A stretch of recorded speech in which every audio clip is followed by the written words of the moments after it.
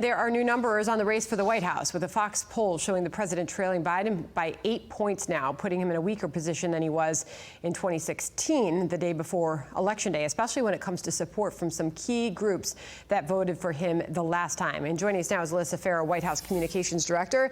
Alyssa, you can feel the energy there on the ground in North Carolina, where we should be seeing the president a short time from now. That is obviously a key state in this race. When you look at the issues on the table for this president and for American voters, and the president going up against Joe Biden, what are you hearing from inside of the White House? What message is working for President Trump? Well, good morning, Sandra, and great question.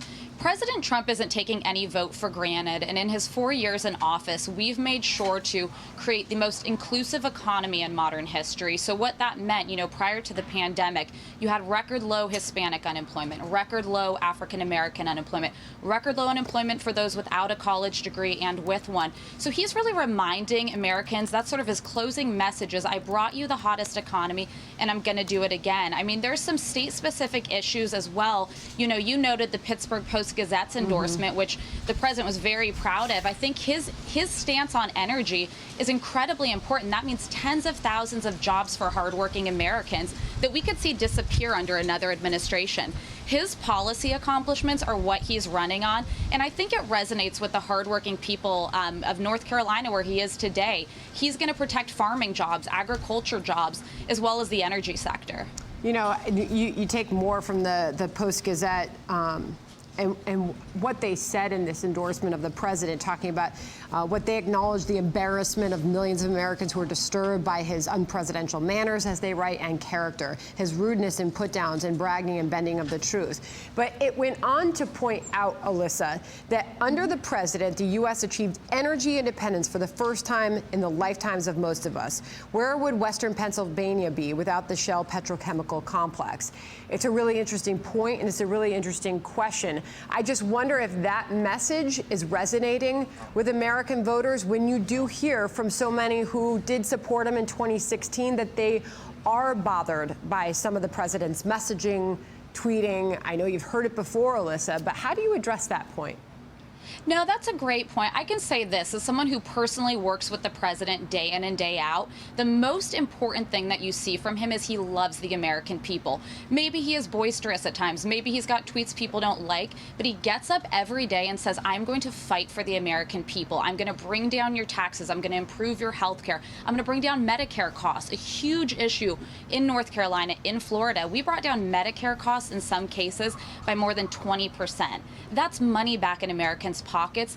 He is a fighter. You may not like the language sometimes, but it's because he's passionate about what he's doing for the American people. And I think that resonates. We feel the momentum on the ground. The polls got it wrong last time, and we think they're going to get it wrong again. That silent majority that came out in full force is strong once again for President Trump. Here's the latest Fox News polling on who do you trust to do a better job on. And of course, the question is always posed on the economy. And as we have seen, the president does poll better on that issue. He's leading Biden by a point on that. But they prefer Biden on SCOTUS nominations and coronavirus. We can talk about that in just a second, but we had Anthony Scaramucci on, who supported the president back in 2016. Just a few moments ago, we had him on. He obviously worked for a short time in the Trump White House, and he made this point on the markets and what they are predicting with a Biden victory. Listen. The market is telling you something, okay? The market is rallying off a Biden victory. The market recognizes that we have to heal the country. The president has made us weaker, sicker, and poorer as a nation, okay? And you got to get the science right on this thing so that we can tamp down the virus and end the number of deaths and mortality.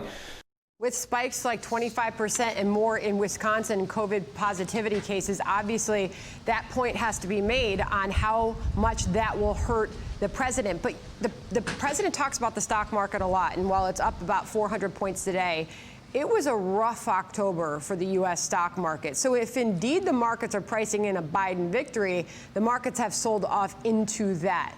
That's a big if. We don't know for sure what that selling was all about. But what does the president say about that, Alyssa, when he looks at the stock market activity leading up to this election?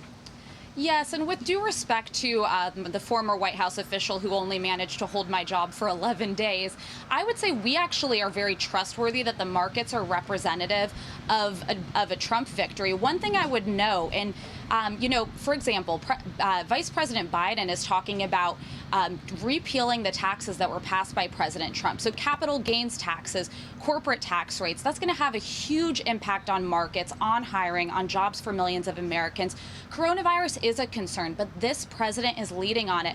I've said it before, Joe Biden hasn't offered a vision that's any different from President Trump's on coronavirus other than getting us back into lockdowns and mandating masks. We're doing the work, and we are to a place where we could be rounding the worst of the virus very soon. We're careening toward a very safe and effective vaccine. We have therapeutics on the market.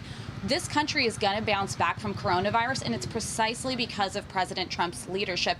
And I think you'll see the markets reflect that. If you look at, the third quarter GDP numbers, those were huge, and that only could happen under a President Trump. Alyssa, if I could just finally just go back to something you just said, it echoes what we've heard from the president about rounding the corner.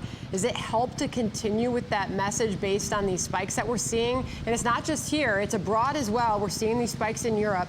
But this is Fox News polling on coronavirus and how people responded on whether it's under control here. Completely, single digits, 5% say completely. Not at all, more than 51%, Alyssa. Final thoughts.